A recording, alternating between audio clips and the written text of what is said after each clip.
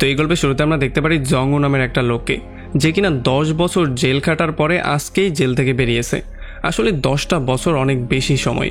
এই জন্য জংউ এখন চিন্তা করছিল যে বাইরের দুনিয়াটা হয়তো কতটাই না বদলে গেছে।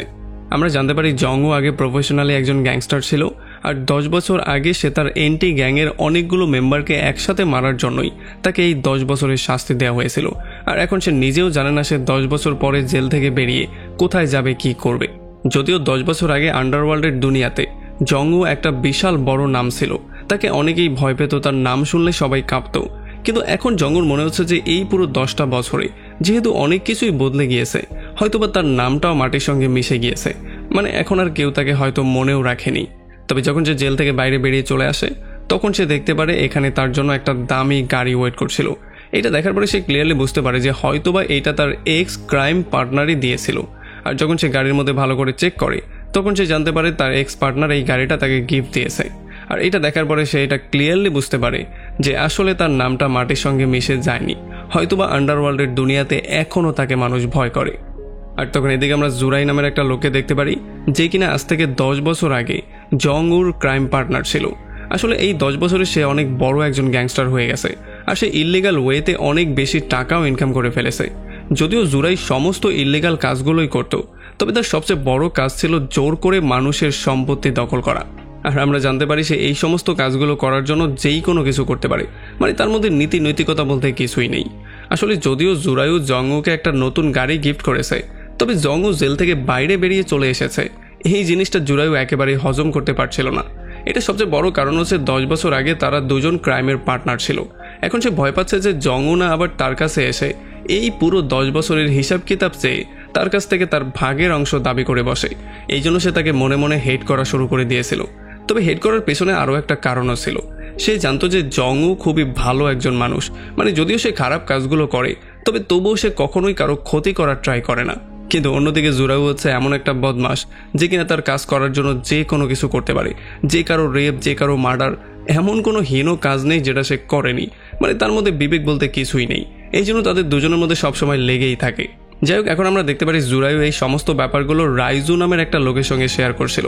আসলে রাইজু এই গ্যাংয়ের অনেক পুরনো একজন মেম্বার, আর এখন সে জুরাইওর রাইট হ্যান্ড হয়ে কাজ করছে। আসলে জংউ জেল থেকে বের হওয়ার জন্য এখন রাইজু অনেকটা ইনসিকিউর ফিল করা শুরু করে দিয়েছিল, কারণ তার ভয় ছিল যে জংউ এখানে এসে না আবার তার জায়গাটা দখল করে ফেলে। তো এরপরে তারা দুজন মিলে তাদের রানিং প্রজেক্ট নিয়ে কথাবার্তা বলা শুরু করে, যেটা আসলে ছিল এইটা। তারা বিশাল বড় বড় কিছু বিল্ডিং বানানোর জন্য এই পুরো জায়গাটাকে খালি করে ফেলেছে। তবে এখানে এখন পর্যন্ত একটা চার্চ দাঁড়িয়ে আছে, মানে তাদের অনেক বোঝানো সত্ত্বেও চার্চের ফাদার এই চার্চ এখান থেকে সরাতে একেবারেই রাজি ছিল না।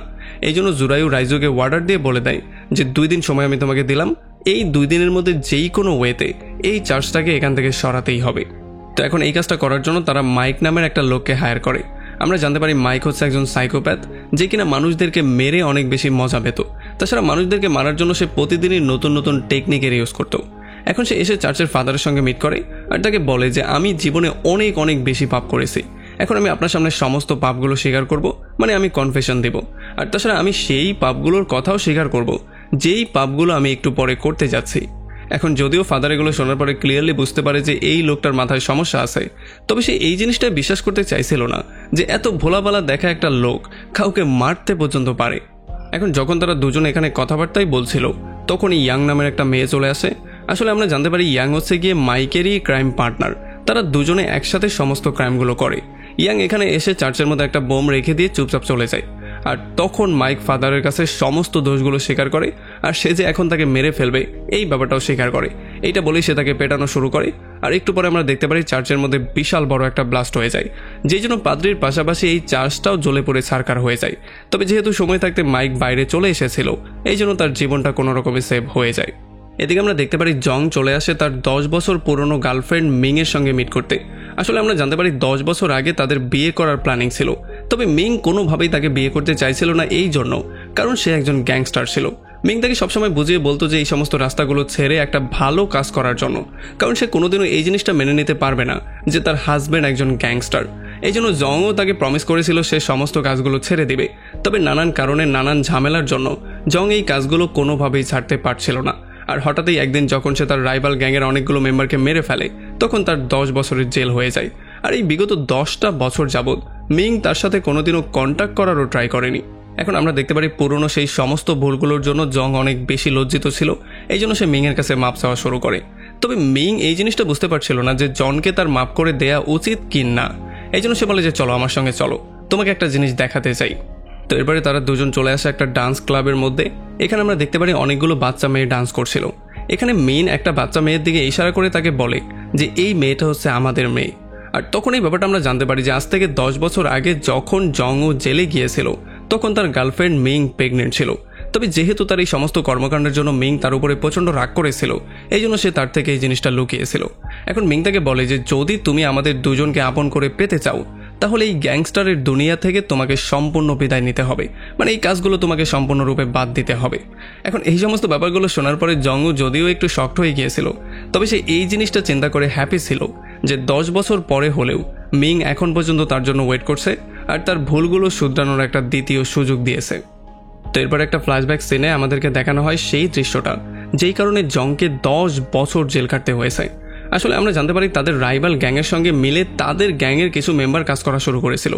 এই জন্য জুরাইয়ের কথাতে জং তাদের সবাইকে শেষ করে দেওয়ার প্ল্যানিং করেছিল। তবে একটা পর্যায়ে জুরাইকে বাদ দিয়ে সে একাই চলে গিয়েছিল সেই গ্যাংয়ের সঙ্গে ফাইট করতে, আর একাই সে সবাইকে শেষ করে দিয়েছিল। এরপর যখন তাকে ধরে কোর্টে তোলা হয়েছিল তখন সে কখনোই জুরাইয়ের নাম সামনে আসতে দেয়নি, এই জন্য জংকে একাই পুরো 10টা বছর শাস্তি ভোগ করতে হয়েছে। তো এরপরে গল্প আবারও প্রেজেন্টে ব্যাক করে, আর এখন আমরা দেখতে পারি ফাইনালি জংও সিদ্ধান্ত নিয়ে ফেলেছে সে আন্ডারওয়ার্ল্ড দুনিয়া থেকে সম্পূর্ণ নিজেকে বিচ্ছিন্ন করে ফেলবে, মানে এই সমস্ত কাজগুলোর মধ্যে সে আর কখনোই থাকবে না। এই জন্য সে চলে আসে তার পুরনো পার্টনার জুরাইয়ের সঙ্গে মিট করার জন্য। তবে মধ্যে যাওয়ার সঙ্গে সঙ্গে তাকে প্রথমেই ফেস করতে হয় রাইজোকে। আসলে যদিও রাইজো একটা সময় তার জুনিয়র ছিল, কিন্তু এখন যেহেতু সে গ্যাংয়ের ইম্পর্টেন্ট একজন মেম্বার, এই জন্য তার অ্যারোগেন্সি একটু বেড়েই গিয়েছিল।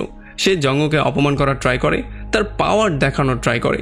তবে জংও এই জিনিসটা খুব ভালো করেই জানতো যে এই সমস্ত ছোটোখাটো পুঁটি মাছগুলো শুধুমাত্র হালকা পাতলা লাফ খাপ দিয়েই নিজেদেরকে বড় প্রমাণ করার ট্রাই করে। এই জন্য জংও তাকে বাচ্চা মনে করে সাইডে চাপিয়ে দেয় আর সোজা চলে যায় জুরাইয়ের সঙ্গে মিট করার জন্য। এখানে জুরাইও তাকে দেখার পরে ফেক খুশি হওয়ার নাটক করা শুরু করে। তবে আমরা দেখতে পারি জংও তাকে স্পষ্ট ভাষায় বলে দেয় যে আমি এই গ্যাংয়ের সাথে আর কোনোভাবে সম্পর্ক রাখতে চাই না, বরং আমি আন্ডারওয়ার্ল্ডের সাথেও কোনো সম্পর্ক রাখতে চাই না। আমি এই সমস্ত কাজগুলো ছেড়ে দিয়ে ভালো মানুষের মতো লাইফ লিড করতে চাই। তবে এই সমস্ত ব্যাপারগুলো শোনার পরে জুরাইও পুরোপুরিভাবে শকটি হয়ে গিয়েছিল। আর এই প্রফেশনে যেমনটা হয় চায়ের চেয়ে কেতলি বেশি গরম থাকে, ঠিক তেমনি জুরাইউর থেকে রাইজোর মাথা বেশি গরম হয়ে যায়। এই জন্য সে পুরনো কিছু প্রতিশোধ নেয়ার জন্য, মানে হিসাব কিতাব বরাবর করার জন্য জংউর মুখের মধ্যে ঘুষি মারা শুরু করে।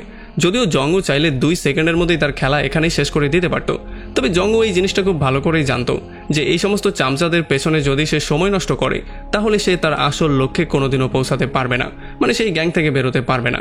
এই জন্য সে চুপচাপ এখানে দাঁড়িয়েছিল। তো এখন এই সমস্ত ব্যাপারগুলো দেখার পরে জুরাইও এই জিনিসটা ক্লিয়ারলি বুঝে গেছে যে এখন জংউ পুরোপুরিভাবে বদলে গেছে। এই জন্য সে তার সাথে বেশি ঝামেলা না করে গ্যাং ছাড়ার পারমিশন তাকে দিয়ে দেয়। আর যখন জংউ এখান থেকে চলে যাওয়ার ট্রাই করছিল তখন জুরাইও তার পুরনো হিসেবের কিছু টাকাও তাকে দেওয়ার ট্রাই করে। তবে জংউ তাকে এইটা বলে সরাসরি না করে দেয় যে এগুলো পাপের টাকা, এগুলো আমি ভুলেও নিতে পারবো না, এটা বলে সে সেখান থেকে বেরিয়ে চলে যায়। তবে জুরাইউর এখনও তার উপরে সন্দেহ হচ্ছিল। সে চিন্তা করছিল যে জংউ গ্যাং ছেড়ে দেওয়ার নাটক করছে কিনা। এই জন্য সে রাইজোকে অর্ডার দিয়ে বলে পরবর্তী 2-3 মাস তার কর্মকাণ্ডের উপরে নজরদারি করার জন্য। আর তখন এদিকে আমরা মিংকে দেখতে পারি যে কিনা একটা হসপিটালে ছিল। আসলে তখন আমরা জানতে পারি তার ক্যান্সার হয়েছে। তবে মিং এই জিনিসটা কোনোভাবেই চাইছিল না যে তার ফ্যামিলির কোনো মেম্বার এই জিনিসটা জানুক, বিশেষ করে তার মেয়ে এটা জানুক। এই জন্য সে তার মেয়ের সামনে সবসময় হ্যাপি থাকার ট্রাই করত, তার মেয়ে যাতে কিছু বুঝতে না পারে সেই ব্যাপারে সর্বোচ্চ সতর্ক থাকতো। এদিকে সন্ধ্যাবেলায় জংও চলে আসে তার পুরনো একটা বন্ধুর সঙ্গে মিট করার জন্য। আসলে তার বন্ধু একটা সময় তাদের গ্যাংয়ের হয়েই কাজ করত। এখানে যখন সে কথাবার্তা বলে তখন হঠাৎই তার ঘাড়ে একটা পোড়া চিহ্ন সে দেখতে পারে।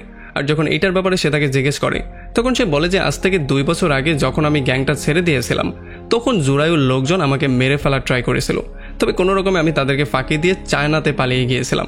এই কিছুদিন আগেই আমি আবারও কোরিয়াতে ব্যাক করেছি। এখন এই সমস্ত ব্যাপারগুলো শোনার পরে জংউরও সন্দেহ হয়ে যায় যে আজকে আমি নিজেও গ্যাংটা ছেড়ে দিয়ে চলে আসলাম, এখন তার লোকজন না আমাকেও মেরে ফেলার জন্য টার্গেট করে। তো এরপরে যখন এখান থেকে বেরিয়ে জংউ তার বাসার দিকে ব্যাক করছিল তখন হঠাৎই রাইজু তার লোকজন নিয়ে তার সামনে চলে আসে। আসলে সে তাকে কনভিন্স করার ট্রাই করছিল যাতে করে সে আবারও তাদের গ্যাংয়ে জয়েন করে তাদের জন্য কাজ করা শুরু করে। এটার পেছনে একটা কারণ এটাও ছিল, কারণ রাইজো চাইছিল জংও তার আন্ডারে কাজ করুক। কারণ একটা সময় জংওর অনেক বেশি দাপট ছিল, তখন রাইজো তাকে অনেক বেশি হিংসা করত। তবে জংও তাকে এই জিনিসটা ক্লিয়ার করে বলে দেয় যে দেখো, এই সমস্ত খুন খারাপের মধ্যে আমি আর কোনোভাবেই যেতে চাই না, আমি তোমার কেন অন্য কোনো গ্যাংয়ের জন্য কাজ করতে রাজি না। তবে তখন রাইজো তাকে জিজ্ঞেস করে যে তুমি তোমার পুরনো বন্ধুর সঙ্গে কেন গিয়ে মিট করেছো, সে তো আমাদের গ্যাংয়েরই একজন মেম্বার ছিল, এমনটা তো না যে তোমরা দুজন মিলে আমাদের বিরুদ্ধে কিছু একটা প্ল্যানিং করছো। তবে তখন আবার জংও এই বলদকে বুঝিয়ে বলে যে দেখো, আমি এই সমস্ত কাজগুলো পুরোপুরিভাবে ছেড়ে দিয়েছি, এমনকি কাউকে মারার মতো পাপের কাজ আর আমি কোনোদিন করতেও চাই না। সো এই জন্য তোমার এবং তোমার গ্যাংয়ের মাঝখানে তুমি কখনোই আমাকে খুঁজে পাবে না। এতটুকু বলে সে সেখান থেকে বেরিয়ে চলে যায়। তবে আমরা দেখতে পারি তার বেরিয়ে চলে যাওয়ার পরেই রাইজো সেই মাইক নামের লোকটাকে কল দেয় আর তাকে জিজ্ঞেস করে যে চার্চের কাজটা সে সম্পন্ন করেছে কিনা। তবে তখন হয়তোবা মাইকের মিগির রোগ শুরু হয়ে গিয়েছিল, এই জন্য সে ফোনের মধ্যে উল্টাপাল্টা রকমের বিহেভিয়ার করা শুরু করে। তবে একটা পর্যায়ে সে গিয়ে তাকে বলে দেয় যে চার্চের সেই কাজটা সে সকালবেলায় কমপ্লিট করে ফেলেছে। এই জন্য রাইজো তাকে বলে যে তোমার জন্য আরও একটা কাজ আছে, যেটার জন্য তুমি অনেক বেশি টাকা পাবে। সে বলে তোমাকে জংও নামের একটা লোকে মারতে হবে, তবে এই জিনিসটা খেয়াল রাখতে হবে যে যাতে করে এই সমস্ত ব্যাপারগুলো এক্সিডেন্ট মনে হয়, মানে কেউ যাতে করে সন্দেহ করতে না পারে। এখন এগুলো শোনার পর আমরা এই জিনিসটা ক্লিয়ারলি বুঝতে পারি যে আসলে রাইজো তার বস জুরায়ু থেকে সমস্ত ব্যাপারগুলো লুকিয়ে এই কাজটা করছিল, আর সে এমন করে একটা নাটক সাজানোর ট্রাই করছিল যাতে করে যখন জংওর মৃত্যু হয়ে যাবে তখন দোষটা রাইজোর উপরে চলে না আসে।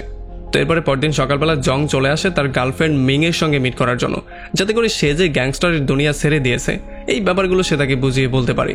তবে সে কিছু একটা বলতে যেত তার আগেই মিং বেহুশ হয়ে নিচে পড়ে যায়। এই জন্য সে তাকে তার গাড়ির মধ্যে তুলে দ্রুত হসপিটালের দিকে নিয়ে যাওয়ার ট্রাই করে। তবে রাস্তায় তাদের গাড়িকে অন্য একটা গাড়ি এসে ভয়ঙ্করভাবে অ্যাক্সিডেন্ট করে দেয়, যেই জন্য তাদের গাড়ি ভেঙে চুরে চুরমার হয়ে যায়।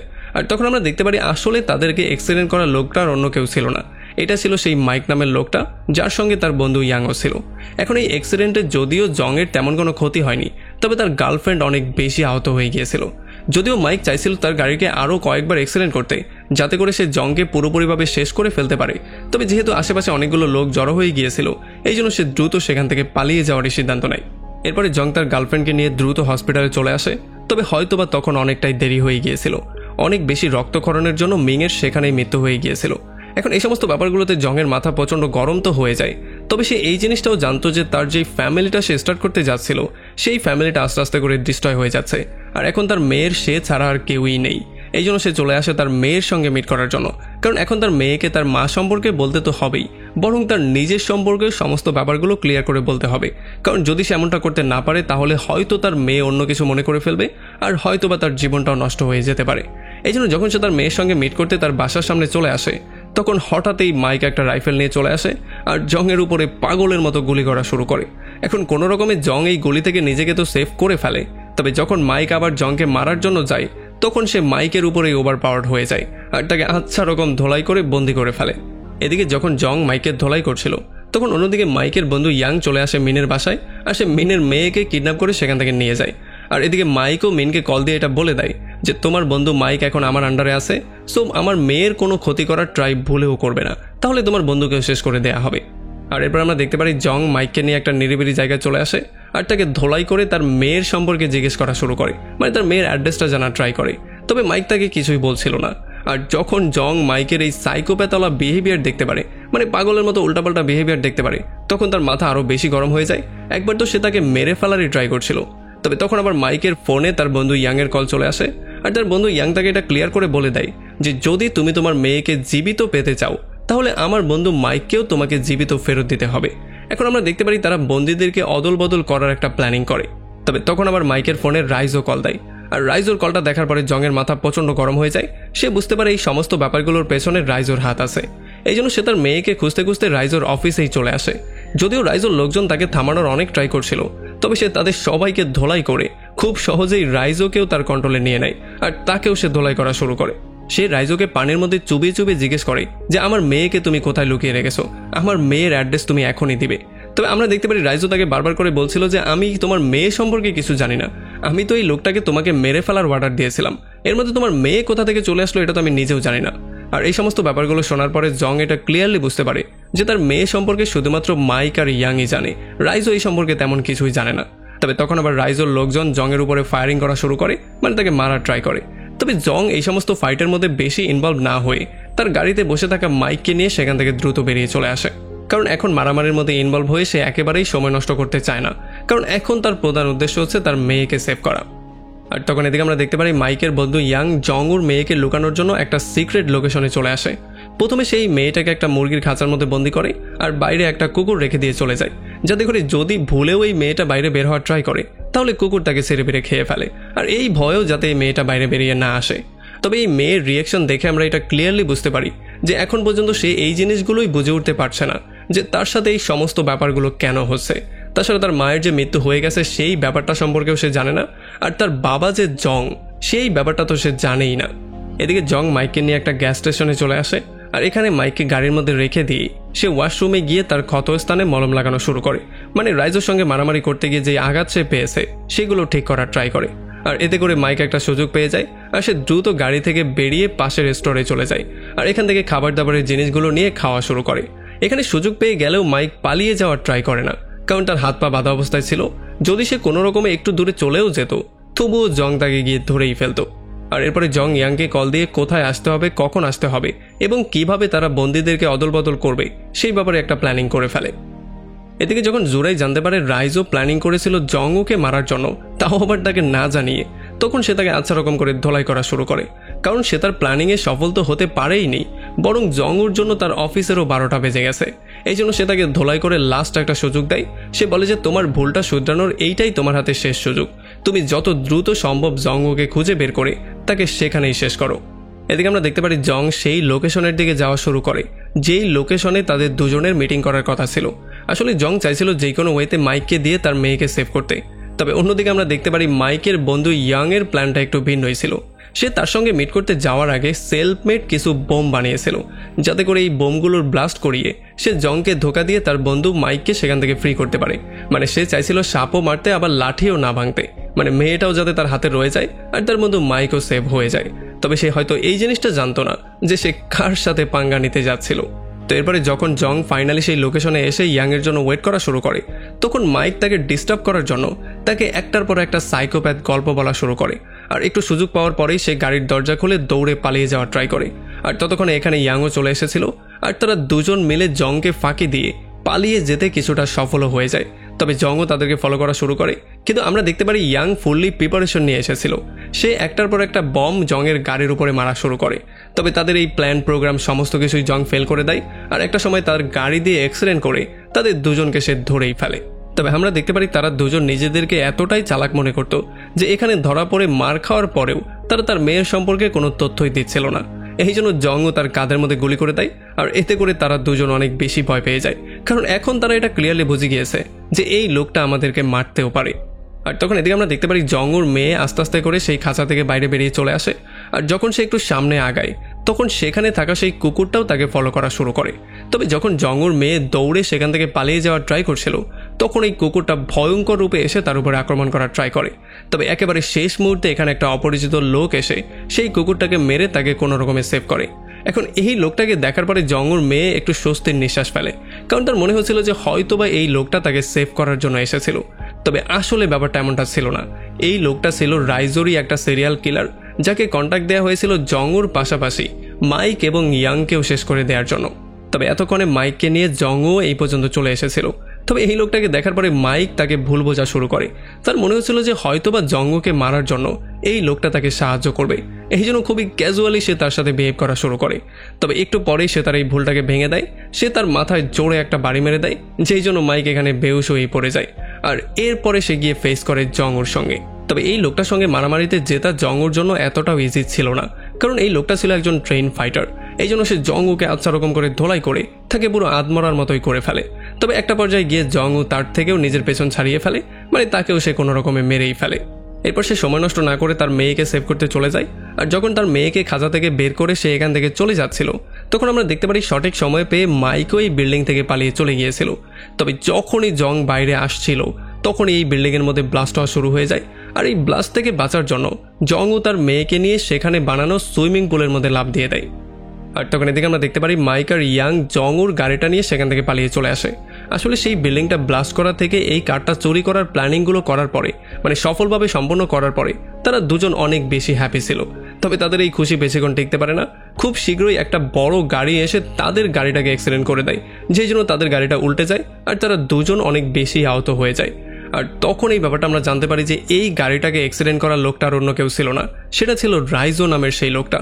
আসলে সেই কাজটা এই জন্য করেছিল কারণ তার মনে হচ্ছিল এই গাড়ির মধ্যে হয়তো জংও বসে আছে।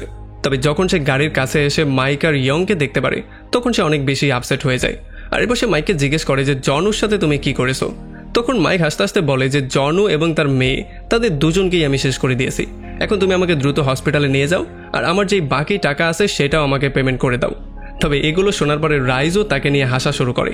সে বলে যে একবার কাজ শেষ হয়ে যাওয়ার পরে তোমাদের মতো লোকজনের আন্ডারওয়ার্ল্ডের দুনিয়াতে কোনো দামই নেই। এটা বলেই সে তাকে যখনই তার পিস্তল দিয়ে শ্যুট করতে যাচ্ছিল তখন হঠাৎই ইয়াং তাকেই শ্যুট করে দেয়। আসলে সে এই জিনিসটা গেসও করতে পারেনি যে ইয়াংয়ের কাছেও একটা গান আছে। মানে এখন সিচুয়েশন এখানে এমন দাঁড়িয়েছে যে তারা তিনজনই গুরুতর আহত অবস্থায় আছে। যদি দ্রুত তাদেরকে হসপিটালে নিয়ে যাওয়া না হয় তাহলে তাদের তিনজনেরই মৃত্যু হয়ে যাবে। আর একটু পরে আমরা দেখতে পারি জংও তার মেয়েকে নিয়ে এই পর্যন্ত চলে আসে। আর তাদের এই অবস্থা দেখার পরে সে এটা ক্লিয়ারলি বুঝতে পারে যে আসলে এখানে কি হয়েছিল। আমরা দেখতে পারি তারা তিনজনই তার কাছে ভিক্ষা চাওয়া শুরু করে যাতে করে তাদেরকে মাফ করে দিয়ে সে তাদেরকে দ্রুত হসপিটালের দিকে নিয়ে যায়। তবে আমরা দেখতে পারি জংও তাদের কথায় কোনোভাবেই কেয়ার না করে সোজা তার মেয়েকে নিয়ে সেখান থেকে চলে আসে। এরপরে আমাদেরকে কয়েক মাস পরের সিন দেখানো হয়। এখানে আমরা দেখতে পারি জংও তার মেয়ের সাথে এখন অনেকটাই কমফোর্টেবল হয়ে গিয়েছিল। জংও তার সেই আগের লাইফটা পুরোপুরিভাবে ভুলে গিয়েছিল। মানে এখন সে সমস্ত খারাপ কাজগুলো ছেড়ে দিয়ে ভালো কিছু কাজ করে বেঁচে থাকার ট্রাই করছিল। সে তার মেয়েকে সবচেয়ে বেশি প্রায়োরিটি দিত, তার মেয়ের সঙ্গে সবসময় বেশি সময় পার করে একজন ভালো বাবা হওয়ার ট্রাই করছিল। আর এমন একটা ইন্টারেস্টিং পয়েন্টে এই পুরো মুভিটা এখানেই শেষ হয়ে যায়।